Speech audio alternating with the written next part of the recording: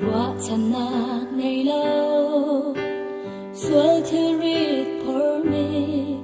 Kan thirit son ni Nga Jesu ni agan ko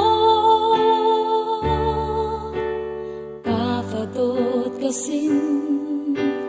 Rak kir chan ati Din na kan pek lai Tia Jesu ni agan ti O sung loi a sung loi jing shan Jesu ni dot na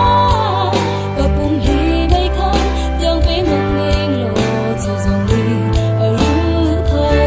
loi Ni sua vei ka ai a bay lam chung ni Bồi Jesu ti sen a la